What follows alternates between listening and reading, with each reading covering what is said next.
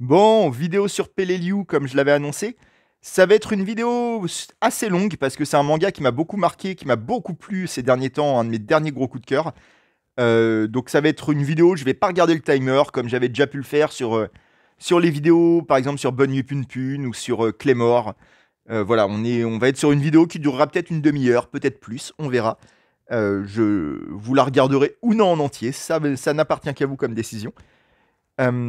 Peleliu, c'est un manga. Alors, il y avait un commentaire qui m'en avait parlé. Je me souviens qu'il y avait un viewer de la chaîne qui m'avait parlé de Peleliu un jour. Je ne connaissais pas du tout, mais c'est là que j'ai croisé le nom pour la première fois, entre guillemets. Euh, donc, s'il se reconnaît, si elle se reconnaît, je ne sais pas. Je lui passe un coucou. Mais j'ai surtout redécouvert le manga, en tout cas son existence, via un compte Instagram récemment. Le compte de Masochiste, c'est une personne qui est libraire, je crois, et qui parle de manga principalement et qui en parle très bien. Et qui avait fait beaucoup de stories sur Peleliu il y a quelques temps en déclarant son amour à cette série. Ça m'a donné envie de la lire à mon tour, ce que j'ai fait. Masochiste, elle était aussi apparue sur la chaîne YouTube Don't Forget 3 October, qui est une chaîne YouTube que j'aime beaucoup. On se plaint, je fais déjà une parenthèse, hein, ce qui prouve bien que la vidéo va durer un temps infini. On se plaint parfois dans les commentaires, et moi aussi, hein, d'ailleurs, je m'en plains, que le YouTube manga est très répétitif, que c'est quand même beaucoup des gens qui commentent le moindre épisode de Dragon Ball Super ou de Chainsaw Man ou du dernier truc à la mode, et qu'il y a très peu de place pour la découverte et l'analyse un peu plus à froid, un peu plus déconnecté de l'actualité qui buzz. Mais la réalité, c'est qu'en fait, il y a plein de petites chaînes YouTube très cool. Il y a plein de comptes Instagram très chouettes qui vont chercher des mangas inconnus. Ma chaîne en est une aussi. Alors, je sais pas si elle est cool, mais en tout cas, des chaînes comme la mienne, il y en a d'autres. Donc, je pense que plutôt que de se plaindre que le YouTube manga soit pas si intéressant que ça, en fait, peut-être qu'il faut arrêter de regarder les gros comptes et aller voir un petit peu ce que font les plus petits créateurs ou influenceurs, ou appelez-les comme vous voulez, appelez-nous comme vous voulez, j'en fais partie après tout, et aller par exemple suivre le compte Instagram de Masochiste, que je remercie, on se connaît pas du tout, mais si elle tombe sur cette vidéo, je la remercie de m'avoir donné envie de m'intéresser à Peleliu. Peleliu, on va se rapprocher de l'étagère. Là, j'étais sur mon canapé pour faire cette intro qui n'avait ni queue ni tête. Peleliu, c'est ici. C'est un manga en 11 tomes, comme vous le voyez, qui est sous-titré Garnica of Paradise et qui est édité en France par Vega Dupuis, un éditeur dont on n'avait parlé qu'une seule fois, je crois, pour l'excellent Kamuya Ride. Je vous renvoie à cette vidéo-là. Peleliu, on va le voir très rapidement, c'est un récit, une œuvre de guerre qui parle de la guerre, ce qui est un genre en soi. On va développer un peu là-dessus. C'est, il y a un peu un truc autour des œuvres de guerre où très souvent, quasi unanimement, c'est pour dénoncer la guerre. C'est très très rare finalement, contrairement à ce qu'on peut dire comment dire, un peu instinctivement. C'est très rare en fait les œuvres qui parlent de la guerre pour dire ah la guerre c'est trop bien. Ça existe, il y a eu des films de propagande, notamment américains, mais pas que, pour inciter les gens à aller se battre. Mais en réalité, c'est quand même minoritaire. La plupart des œuvres qui parlent de guerre, c'est pour la dénoncer et pour en décrire les atrocités. Mais il y a un truc un peu paradoxal, c'est qu'en mettant en scène la guerre, on va la rendre presque automatiquement un peu glamour. Dès qu'on transforme en spectacle quelque chose, on le rend plus attirant qu'il ne l'était en réalité. Il peut y avoir la même problématique, par exemple, on l'a eu très récemment avec la série Dahmer. Dès qu'on met en scène un serial killer, des maladies mentales, et des maladies mentales graves et dangereuses, comme la sociopathie par exemple, euh, il y a tout de suite une romantisation de la chose qui la déconnecte un peu du réel et qu'en fait quelque chose, qu'en fait une œuvre avec un début, une fin, qu'en fait une histoire en fait. Vous voyez ce que je veux dire? C'est ça que fait la fiction, elle transforme les choses en histoire.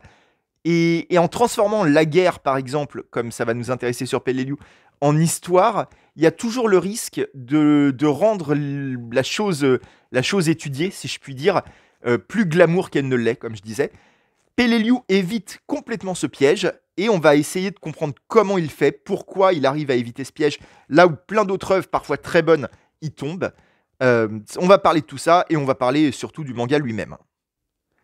Comme je disais, Peleliu, c'est sous-titré Guernica of Paradise. Donc Guernica, j'imagine que la plupart d'entre vous le savent, mais je préfère le préciser.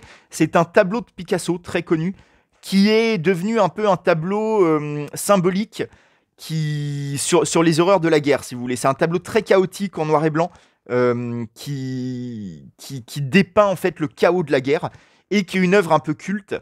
Et en fait, en mettant ce sous-titre-là, Kazuyoshi Takeda, donc, qui est l'auteur de Peleliu, inscrit déjà son œuvre dans une histoire artistique. Alors c'est un titre, que ce soit Peleliu ou Guernica of Paradise, qui sont un peu abscons, qui sont pas très commerciaux, parce qu'on ne sait pas exactement à quoi ça fait référence. Mais il l'inscrit dans une histoire artistique. Ça renvoie peut-être à des choses qu'on a déjà pu développer dans les vidéos, à savoir ma thèse, si je puis dire, que pas une thèse qui m'appartient, hein, mais que toutes les œuvres sont connectées, et qu'en fait, toutes les œuvres de fiction, mais toutes les œuvres artistiques, en fait, pas forcément de fiction, sont l'héritage de plein d'autres œuvres antérieures. Et qu'en fait, rien n'existe, il n'y a pas de création artistique ex nihilo, comme on dit, rien ne sort de nulle part, et tout s'inscrit dans une généalogie que les auteurs revendiquent ou non. Il y a des auteurs qui n'aiment pas donner leurs influences, qui n'aiment pas dire de quoi ils sont inspirés, d'autres au contraire qui le font très facilement. Et là, je trouve que le sous-titre est très parlant, parce que il y a un renvoi direct à une autre œuvre, ce qui est intéressant, parce que c'est une autre œuvre qui est un tableau, donc qui est très différent d'un manga, qui n'est pas une histoire, qui n'est pas... voilà, c'est une image, Guernica. Là où, même si c'est une image qui peut être analysée pendant des heures et des heures, mais Peleliu s'inscrit dans cette généalogie-là. Ça raconte l'histoire pendant la Seconde Guerre mondiale de l'île de Peleliu, qui se trouve dans les Pelaos. Alors les Pelaos, c'est un petit pays proche des Philippines. Et pendant la Seconde Guerre mondiale, c'était un champ de bataille, un champ d'affrontement très important stratégiquement entre Américains et Japonais, parce que c'était une île qui avait un aéroport en fait qui permettait d'accéder facilement au reste de cette zone-là. Donc c'était un enjeu important pour les Américains et pour les Japonais. Les Japonais avaient le contrôle de Peleliu, et les Américains ont attaqué Peleliu et ont pris le contrôle de l'île assez rapidement, finalement, en tuant plus de 10 000 Japonais, je crois à peu près 10 000 Japonais, qui étaient en poste là-bas. Là, tout ce que je vous raconte, c'est de l'histoire. Hein. C'est aussi le scénario de Peleliu, mais c'est de l'histoire. Il y a une page Wikipédia sur cette bataille. Voilà. Ça a été une des batailles les plus meurtrières pour le Japon de la Seconde Guerre mondiale. Et donc, Peleliu, le manga, raconte cet affrontement, mais pas seulement. C'est ça qui est intéressant. Parce que Peleliu a été le lieu d'un phénomène qui est assez connu. Moi, même gamin, j'en entendais parler de ce truc. Je sais qu'il y a des films qui existent là-dessus. Il y a un côté légende, pas légende urbaine, mais moi, on me racontait ces trucs-là de soldats japonais qui, perdus dans des îles, n'ont pas su que la guerre s'était terminée et ont continué à se battre solo, complètement coupés de leur pays, complètement coupés des informations, pendant parfois plusieurs années, sans savoir que la guerre était terminée. Et c'est exactement ce qui s'est passé à Peleliu, et ce qui se passe dans Peleliu, le manga, à savoir que donc la quasi-totalité des soldats japonais se fait assez rapidement avoiner par les Américains. La bataille est perdue pour eux relativement rapidement. Enfin, ça dure quand même plus longtemps que ce qu'avaient prévu les Américains, mais le contrôle de l'île passe aux Américains assez rapidement quand même. Sauf que il reste quand même quelques centaines de soldats japonais qui, connaissant bien l'île, ils étaient en poste là depuis un moment, arrivent à se cacher en fait dans les montagnes, dans la forêt, et vont résister comme ils peuvent, vont survivre en tout cas, plus que résister, pendant des années. Et en fait, pendant des années, largement au-delà de la fin de la guerre, sans savoir que c'est la fin de la guerre. Les Américains essayent de les informer que la guerre est finie, qu'ils ont perdu, qu'ils peuvent rentrer chez eux, qu'il n'y aura pas de poursuite judiciaire, parce qu'il y a toute une peur de la part des soldats d'être jugés comme traîtres, en fait, s'ils abandonnent le combat. Traîtres à la patrie et donc condamnés à mort. Et les Américains essayent de les avertir de tout ça au bout d'un moment, mais les Japonais ne veulent pas y croire. Et donc, jusqu'en 1947, ils vont continuer à se battre sur Peleliu, donc vraiment longtemps après la fin. Ce qui rend le truc très tragique, parce que nous, lecteurs, on sait que la guerre est terminée, on sait que c'est pas un piège des Américains. Et eux ont vraiment des doutes, il y a des conflits internes parmi les survivants pour savoir est-ce qu'il faut, oui ou non, croire à ces histoires, est-ce qu'il faut se rendre. Eux, ils prennent ça pour se rendre, en fait. Ils imaginent que c'est un abandon de bataille, quoi. Et donc, ça va raconter ça, Peleliu, ça va raconter à la fois la bataille pendant environ les deux tiers du manga, et le dernier tiers va être sur après la bataille, après la fin de la guerre, mais eux ne le savent pas.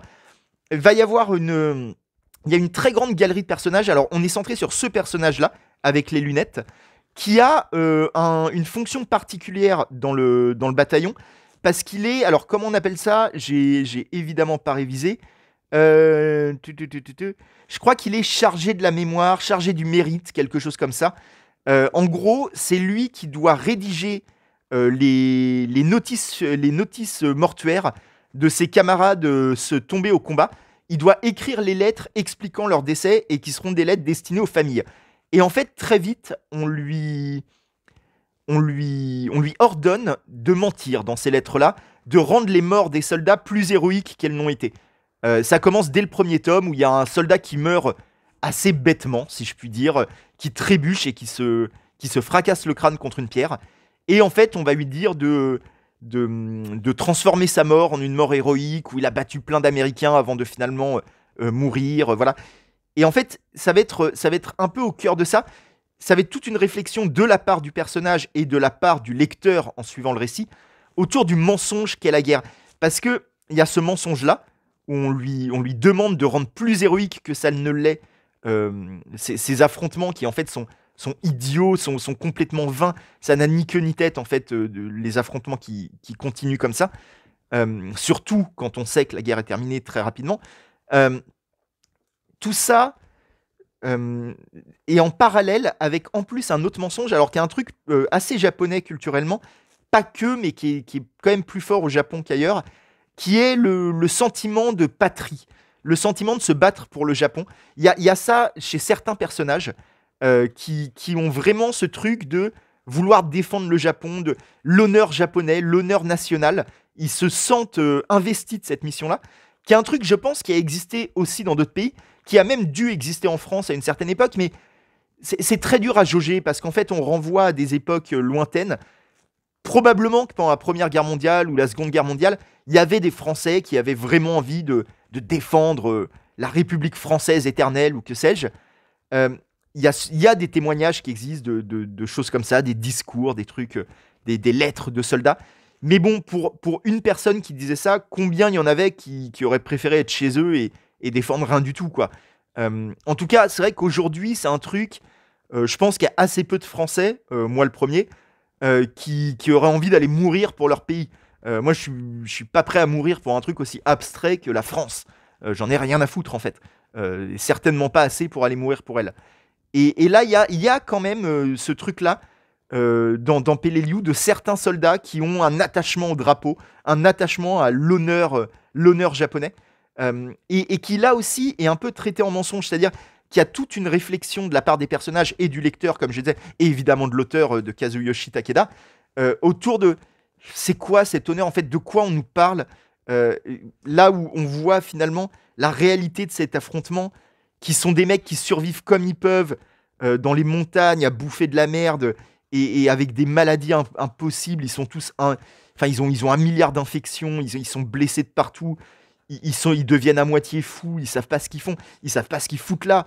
Euh, et tout ça pour un truc finalement très abstrait, pour un pays qui s'occupe pas vraiment d'eux, qui vient pas les chercher, personne ne vient les récupérer.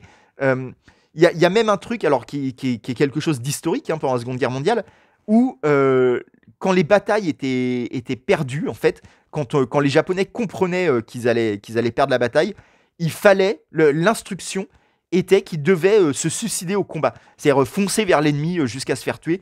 Il était ultra déshonorant d'être fait prisonnier. Ils avaient évidemment pas le droit de se rendre. Et donc, c'était la victoire ou la mort, quoi. Et c'est un truc, pareil, là aussi, c'est un peu traité comme un mensonge, en fait, comme une espèce de pièce de théâtre qu'on les oblige à jouer, que eux n'ont jamais demandé à jouer. et ils se retrouvent pris là-dedans sans qu'on leur laisse trop le choix, avec toujours ce poids de la hiérarchie, c'est-à-dire même à mesure qu'ils sont de moins en moins nombreux à survivre entre deux rochers, comme vous voyez là, euh, il y a toujours un petit chef, il y a toujours quelqu'un qui a un grade de plus que les autres et qui va donner les ordres. C'est pas forcément des mauvaises personnes d'ailleurs, il y a certains des gradés dans le récit qui sont plutôt attachants, mais il y a un truc de. Il faut maintenir l'ordre, c'est-à-dire que par réflexe, presque, même les gradés sympas, entre guillemets, vont quand même avoir à cœur de continuer à donner des ordres, de continuer à dire aux autres d'aller à la bataille. C'est trop dur pour eux, pour les gradés, de dire ok, on abandonne. Ils peuvent pas le faire. Il y a une pression, et même les soldats le comprendraient peut-être pas. Il y a un truc. C'est très intéressant, très subtil comment c'est fait. Comment marche en fait dans Peleliu, on voit vraiment le décryptage de comment marche l'autorité, comment ça marche, le fait d'avoir un chef, de se sentir soit être un subalterne. euh, Qu'est-ce qu'on attend d'un chef, même d'un chef qu'on n'aime pas. Il y a en fait des attentes. Comme pourquoi on obéit aux ordres, même quand ils sont débiles, même quand ils sont meurtriers. Comment ça se fait qu'on continue à leur obéir. Tout ça est décrypté dans Peleliu. Il y a des persos vraiment très intéressants. Lui, il est super intéressant, justement, qui a un positionnement très à part par rapport aux autres. Lui, très vite, il continue à se battre en tant que soldat, mais il va très vite vivre un peu seul dans les bois. Il refuse de faire vraiment partie de la troupe. Il est pas très trop japonais pour autant, mais il est un peu en électron libre. C'est très intéressant aussi. Tous les persos sont super intéressants. Il y a une galerie vraiment ultra bien étudiée, ultra fine de personnages. Alors, comme je disais, je pense que la plupart des œuvres traitant de la guerre, surtout aujourd'hui dans les années 2000, c'est presque toujours sous l'angle critique. Il y a vraiment, il reste plus beaucoup, je pense, d'œuvres qui se disent pro-guerre, si vous voulez dire. Si vous voulez dire, si je veux dire. Je n'ai aucune idée de ma phrase. Bref, il y a très peu d'œuvres qui se disent pro-guerre, je pense. Mais dans les faits, il y a souvent cette glamourisation de la guerre par la simple mise en scène. La simple mise en scène d'affrontement. Par exemple, je pense à un film que j'ai beaucoup aimé, moi, qui s'appelle Fury, avec Brad Pitt et Shia LaBeouf, qui est un film qui se passe pendant la Seconde Guerre mondiale et qui est centré sur l'équipage d'un tank, d'un char d'assaut. Donc, ils sont enfermés dans leur char d'assaut, ils sont 4-5. Et c'est vraiment un très bon film. Et c'est un film qui se veut anti-guerre, enfin, c'est assez clair. Je veux dire, on voit les mecs devenir complètement fous.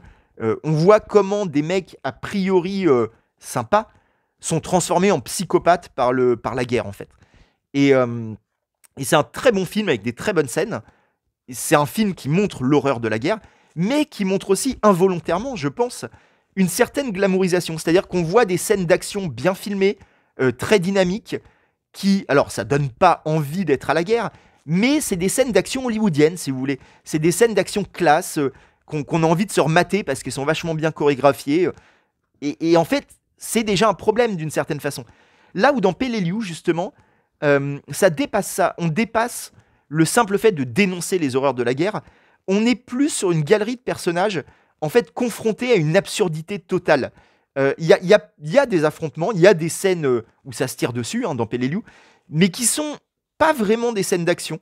C'est plus des scènes souvent du point de vue d'un personnage qui vit un truc horrible duquel il a aucune chance de s'en tirer. En fait, en plus, il y a une disproportion telle dans Peleliu entre les Japonais et les Américains. C'est tellement évident dès le début de la bataille que les Japonais vont se faire massacrer qu'en fait, il y a un truc. Euh, on sait qu'il n'y aura pas de coup d'éclat. C'est une histoire vraie en plus, donc on connaît la fin. Donc on sait que les Japonais, ils vont pas faire des trucs héroïques, ultra classe, et que finalement ils vont gagner ou quoi. Non, ils vont se faire ratatiner les uns après les autres. Ça va être une horreur. Et c'est ce qui se passe. Et vous voyez, il y a plein de scènes horribles qu'on voit depuis le début. Et en fait, c'est que ça, Peleliu. Et donc, je trouve que Kazuyoshi Takeda évite vachement l'écueil de glamouriser malgré lui la guerre, parce qu'il la montre assez peu. Finalement, il montre les victimes de la guerre, les soldats, et aussi les civils, hein, parce qu'il y a une population civile sur l'île de Peleliu, alors qui est évacuée au départ, mais qui revient petit à petit. Il y a des scènes avec les civils qui sont vraiment très bien, qui font parmi les meilleures scènes de la série. Et ça dépasse également le truc un peu convenu, un peu qu'il y a dans toutes les œuvres de guerre aujourd'hui, qui est de dire ah, il y a des méchants, il y a des gentils dans tous les camps. Effectivement, il y a ça, parce que c'est très dur de ne pas l'avoir dans une œuvre de guerre. C'est-à-dire, dans l'armée japonaise, il y a des soldats qui font des saloperies. Dans l'armée américaine, il y a des soldats qui font pas des saloperies. Voilà, c'est nuancé là-dessus, mais ça, c'est le minimum syndical, entre guillemets, pour un manga qui parle de guerre, je pense. Mais ça va plus loin que ça, c'est-à-dire qu'en fait, on a vraiment des personnages très différents dans leur attitude, dans leur positionnement vis-à-vis de l'affrontement, vis-à-vis des mensonges qu'ils soupçonnent tous, parce qu'en fait, très rapidement, il n'y a pas que les persos principaux qui comprennent que ça rime à rien, tout ça. Ils comprennent tous en réalité, mais ils continuent quand même à jouer le jeu, ils continuent, parce qu'ils sont plusieurs, à faire semblant d'y croire, que ce soit les chefs, que ce soit les subalternes, ils font semblant de continuer à croire que tout ça a un sens, parce qu'ils sont plusieurs. C'est le poids du groupe, c'est la peer pressure, comme on dit en anglais. Euh, et ça, je pense que ça parle principalement de ça, en fait, PLLU. Ça parle de comment un mensonge, dont tout le monde sait que c'est un mensonge, continue à être défendu par tout le monde en même temps, simplement parce que personne n'ose être le premier à dire « Mais attendez, en fait, ça n'a aucun sens, ce qu'on est en train de faire. » Personne ne veut être le premier à le dire, parce qu'on sait que le premier va se prendre une balle dans la tête, en fait. Et donc, on continue.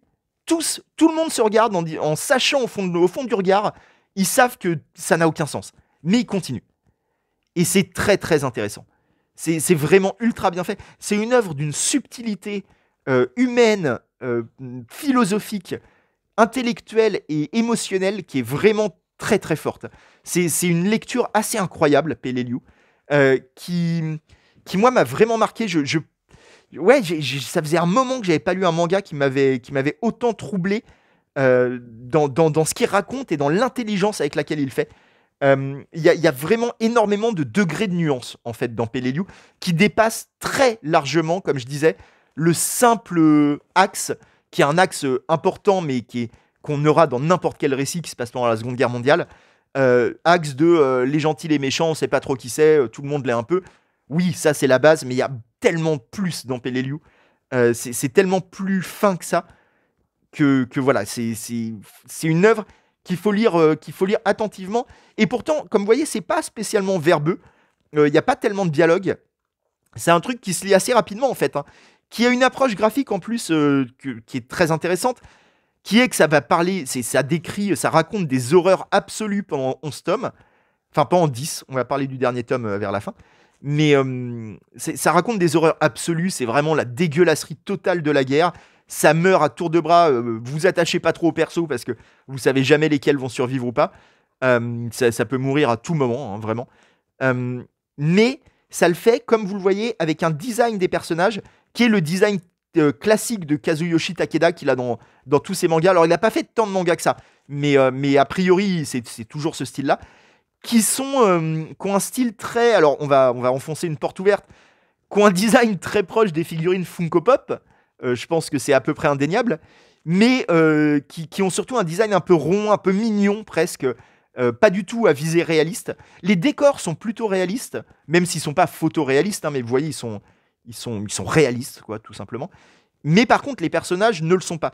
Et donc, ça crée un décalage, c'est un peu un piège narratif, mais qui est volontaire, pour nous faire rentrer dans ce récit sans nous confronter à une horreur graphique qui serait peut-être trop premier degré, qui serait trop solide comme un mur, vous voyez, qui serait impossible à franchir. C'est une stratégie, entre guillemets, qu'on a utilisée avec Enora Sabi pour notre livre commun Émergence 7.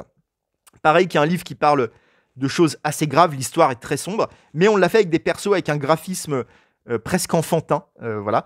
Je vais pas trop en parler parce que c'est pas une vidéo sur moi, mais en tout cas, c'est un mécanisme que je reconnais de la part de Takeda. Et qui est vraiment intéressant et qui, je pense, donne sa particularité à PLLU aussi parce que la même histoire, exactement la même, mais avec des graphismes premier degré à volonté réaliste, avec des soldats qui auraient des proportions normales, qui auraient des visages réalistes, comme je disais, je pense que paradoxalement, ça marcherait moins. Ça en ferait un manga trop premier degré, trop frontal, trop manga historique pur et dur. Et en fait, je pense que l'émotion de ce récit qui est très forte, PLLU est vraiment un récit très émotionnel, passe aussi, si ce n'est surtout, par le graphisme, par ce choix de décalage entre le fond et la forme, qui permet une expressivité des visages, qui permet justement, peut-être, paradoxalement, de ne pas glamouriser la guerre, de ne pas avoir face à soi graphiquement des guerriers, des gueules de survivants, des gueules de vétérans avec des cicatrices et des muscles apparents. Vous voyez ce que je veux dire? Il y a un truc, là on a des personnages qui ressemblent presque à des enfants en fait. Et donc ça crée un décalage qui est très dur, ouais. Qui est à la fois un piège parce que on rentre plus facilement dans l'histoire avec ça, mais qui en même temps se referme sur nous parce que ça rend le truc encore plus dur finalement. On a des personnages super mignons qui sont confrontés aux pires choses possibles. Et quand je dis pires choses, il y a vraiment des trucs cauchemardesques dans Peleliu en termes de ce qu'ils doivent faire pour survivre et de tension entre eux, c'est-à-dire tout le groupe de survivants qui est assez nombreux, entre guillemets. Alors, c'est quasiment rien par rapport au nombre de soldats de départ, mais ils sont quand même une bonne centaine, les survivants. Donc, il y a plein d'interactions qui se passent.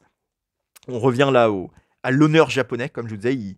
Une des premières choses qu'ils font dans leur cachette, ils se cachent dans des grottes, c'est de mettre un drapeau japonais. Euh, tout ça va être vraiment très intéressant à analyser au fil de votre lecture, à analyser inconsciemment même en fait. Mais ce décalage entre le graphisme et entre le fond et la forme est vraiment super intéressant.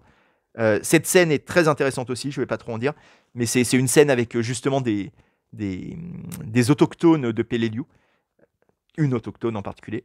Bon, c'est une scène de tentative de viol, hein, disons les choses, mais qui est vraiment très bien faite, qui est du point de vue justement de la victime, c'est très intéressant, si je puis dire. En tout cas, c'est dur à suivre, mais c'est une scène très bien écrite. Tout est très bien écrit. Kazuyoshi Takeda a vraiment fait un travail incroyable parce qu'en fait, il a beaucoup travaillé avec quelqu'un, c'est écrit sur les couvertures, qui s'appelle Masao Hiratsuka, pardon, qui est un vétéran de la bataille de Peleliu. Et alors, je sais plus si c'est un vétéran. Attendez, est-ce que je vais retrouver l'info? Ah, je vais peut-être galérer à retrouver l'info. Mais en tout cas, il a travaillé avec plusieurs personnes. Il a été à Peleliu même. Il a travaillé avec des vétérans, ça j'en suis sûr. Et voilà, Masao Hiratsuka, membre du groupe de recherche sur la guerre du Pacifique. Donc je pense pas que ce soit un vétéran, mais c'est un historien en fait qui l'a aidé à se renseigner. Donc il a fait quand même, c'est un numéro d'équilibriste pour un écrivain, pour un scénariste. C'est-à-dire qu'il raconte une histoire réelle, historiquement fondée, qui a des témoins qui sont encore vivants et qui peuvent se reconnaître. Alors il en reste de moins en moins, mais il doit rester encore quelques vétérans encore à l'heure actuelle. Et, euh, et en même temps, il devait raconter quand même une histoire avec des émotions, des personnages.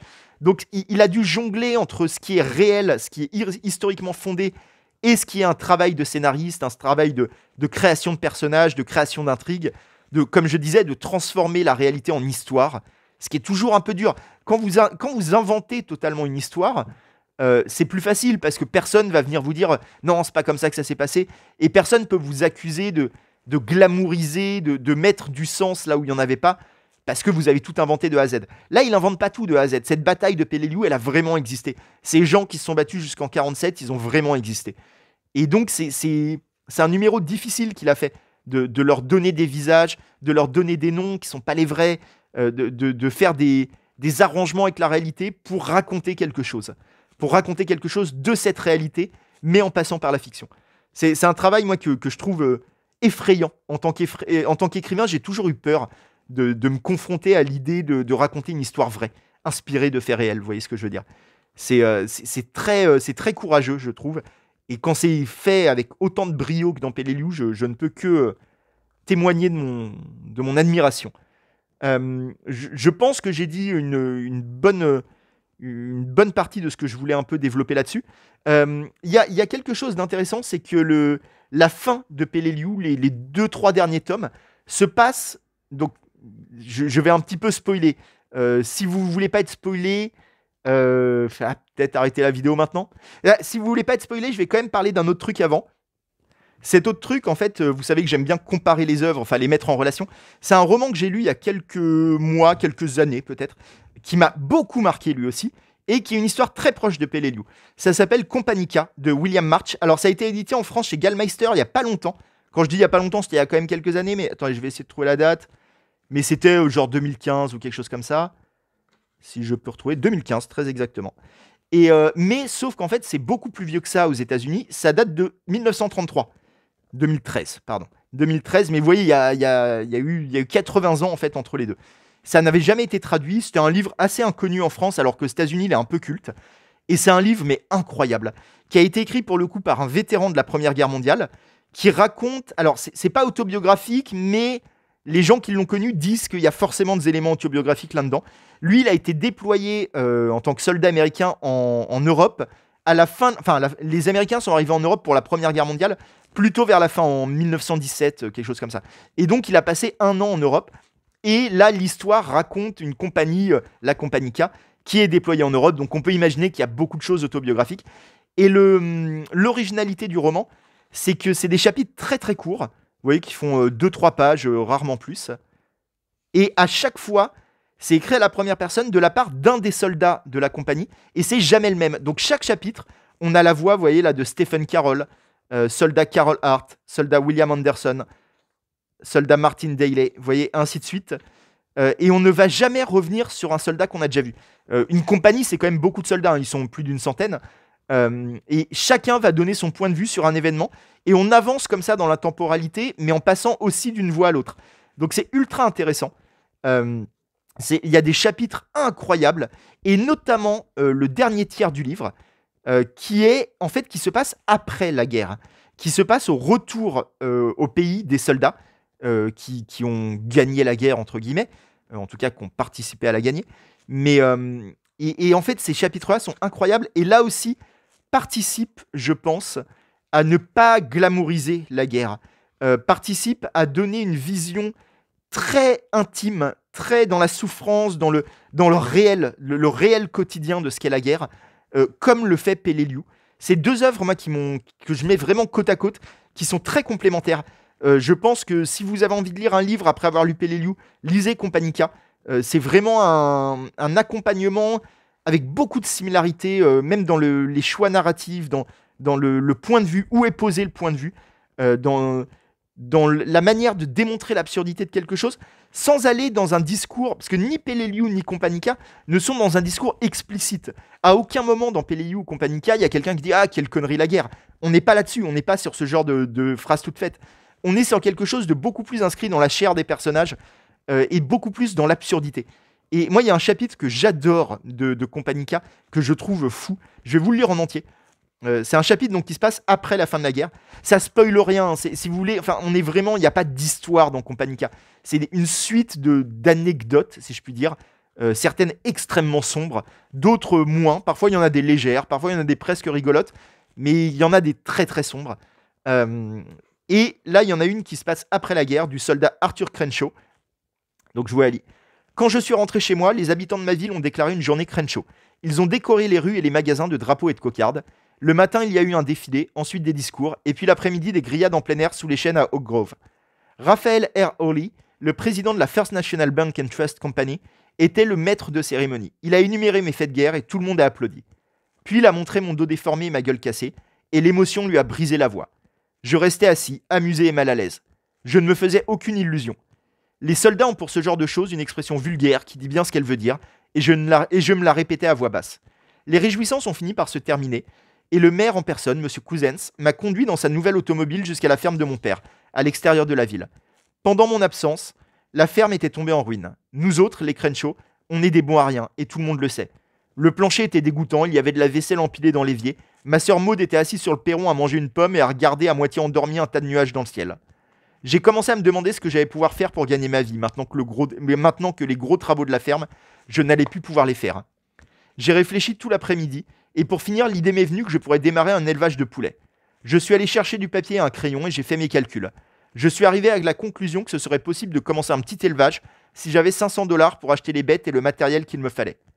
Cette nuit-là, pendant que je n'arrivais pas à dormir et que je me demandais comment j'allais pouvoir trouver cet argent, j'ai repensé au discours de M. Haley qui avait dit que la ville avait une dette de reconnaissance envers moi pour ce que j'avais fait, qu'elle ne pourrait jamais espérer rembourser.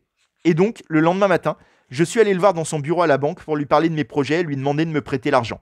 Il a été très courtois et très aimable. Mais si vous croyez qu'il m'a prêté les $500, vous êtes aussi idiot que moi. Voilà. C'est un livre que j'aime énormément, que j'ai recommandé à beaucoup de gens. J'en parle souvent de ce livre. Il m'a marqué, comme Peleliu m'a marqué. Et vraiment, si vous avez aimé Peleliu, si vous êtes intéressé par tout ce que je suis en train de dire, c'est 2 œuvres que je vous conseille très fortement. L'une comme l'autre, on est un peu sur des chefs-d'œuvre, je pense. C'est un mot à utiliser avec parcimonie, mais je pense qu'on est sur des très grandes œuvres. Voilà. J'espère que je vous ai donné envie, que j'ai bien développé Peleliu, que j'ai bien développé Companica, que ça, tout ce que j'ai dit a pu vous donner envie de vous y plonger. Ça mérite vraiment. Peleliu, comme je dis, c'est en 11 tomes, sorti chez Vega Dupuis. Ils sont encore parfaitement trouvables, parce que le dernier est sorti il n'y a pas si longtemps. Je vais regarder. Ta-ta-ta-ta-tam. En mars 2022, le dernier. Donc vous voyez, c'est très récent. Vous pouvez encore trouver toute la série. Les premiers en plus coûtent pas cher. Vega Dupuis fait souvent ça. Je crois que les 3 premiers tomes de la série coûtent 3 euros. Donc vous pouvez avoir 3 tomes pour 9 euros. Vous avez déjà un quart de la série. Plus d'un quart même. Et donc, ouais, je ne peux que vous conseiller d'y aller. Ça vaut le coup, mais c'est même au-delà de ça. C'est qu'on est sur une très grande œuvre. Voilà. Je vous remercie. Je dis juste un dernier truc sur le dernier tome. Mais pour ceux qui veulent pas savoir de quoi parle le dernier tome, je vous dis au revoir tout de suite et je vous dis à très bientôt pour une autre vidéo. Et pour ceux qui veulent savoir de quoi parle le dernier tome, on reste ensemble. 1, 2, 3, ça va spoiler, c'est maintenant. Le dernier tome, il se passe à notre époque en fait. Et c'est une espèce de mise en abîme de l'auteur, donc de Kazuyoshi Takeda. Alors là, c'est pas Kazuyoshi Takeda, si vous voulez, c'est quand même toujours une fiction. Mais on est sur un jeune mangaka qui apprend que son grand-père a participé à une bataille, la bataille de Peleliu. Et en fait, son grand-père, c'est le mec qui était le chargé de la mémoire, comme je vous ai dit, qui faisait les lettres aux morts, enfin aux familles des morts. Et donc, va y avoir une transmission, en fait, de l'histoire, où le grand-père va raconter à son petit-fils l'histoire de Peleliu, afin qu'il en fasse un manga. Et en fait, ça met en perspective... Alors déjà, il y a une mise en abîme de Kazuyoshi Takeda qui met un petit peu en scène tout ça, et qui met en scène un truc intéressant, dont il parle dans les postfaces, parce que tous les mangas ont des... Enfin, tous les volumes ont une petite postface où l'auteur nous raconte un peu son travail. Et en fait, son travail et son rapport à cette histoire, vous voyez, il y a une bibliographie aussi. C'est fait très sérieusement. Le côté historique est très réel, hein, quand même. Et en fait, c'est que la bataille de Peleliu, elle n'est pas si connue que ça, même par les Japonais. Alors, elle n'est pas cachée non plus. Hein, si vous cherchez dessus, il y a des livres écrits dessus et tout. Mais elle n'est pas restée dans les mémoires comme un truc très important.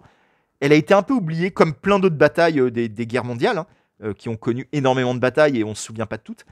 Et donc, il y a un truc un peu de transmission, et en fait, finalement, de la part des personnages, du personnage de mangaka dont il est question dans le dernier tome, mais aussi de la part du vrai mangaka, Kazuyoshi Takeda, de nous raconter, de donner une mémoire à cette bataille qui a été un peu oubliée. Et en fait, finalement, je pense que le manga Peleliu est la chose qui a le plus fait connaître la bataille de Peleliu, probablement, en fait. Qui est une bataille qui, aujourd'hui, en 2020, même les Japonais, comme ils l'expliquent, ne s'en rappellent pas forcément. Donc, il est très intéressant aussi, ce dernier tome, qui est vraiment un épilogue. Il est un peu à part du reste de la série. Et lui aussi, les flashbacks que raconte le grand-père se passent après la guerre, se passent un peu... Et ça permet aussi, comme Companica, de redescendre après les affrontements militaires, après cette mise en scène militaire. Il y a un retour au réel là-dedans qui, là aussi, casse la possible glamourisation de la guerre. C'est aussi très malin, ce dernier volume, qui est très à part dans la série, mais qui lui aussi joue un rôle dans le fait qu'à aucun moment, il y a une glorification de la guerre dans Peleliu. Je pense que ce dernier tome, le 11e, joue vraiment un rôle là-dedans. Le reste de la série est lui aussi très très bien sous cet angle-là, mais le 11e tome a un rôle particulier, je pense. Voilà. Donc c'est pour ça que je voulais l'aborder en particulier aussi. J'espère que ma vidéo vous a plu, elle est très longue, hein. Je suis en train de voir qu'on atteint presque les 40 minutes. Je vous remercie si vous êtes arrivé jusque-là. Si vous l'avez regardé en entier, je sais pas, laissez un commentaire. Qu'est-ce que ça peut être comme commentaire? Tiens, laissez un commentaire sur la prochaine vidéo. Dites que vous êtes pressé que je vous parle de Mito-chan Armageddon, qui est une des prochaines vidéos qu'on fera. Voilà, ça me fera savoir que des gens ont fini ces 40 minutes. Je vous remercie. Je vous retrouve très bientôt pour Mito-chan Armageddon ou pour autre chose. C'est possible, parce que le dernier tome n'est pas encore sorti de Mito-chan Armageddon, donc il y aura peut-être autre chose avant, on verra. En tout cas, je vous remercie, je vous dis à bientôt, et j'espère que je vous ai donné envie de lire Peleliu ou Companica, ou même de regarder le film Fury, qui est vraiment très chouette aussi. Et je vous dis à bientôt. Ciao, bon week-end, prenez soin de vous.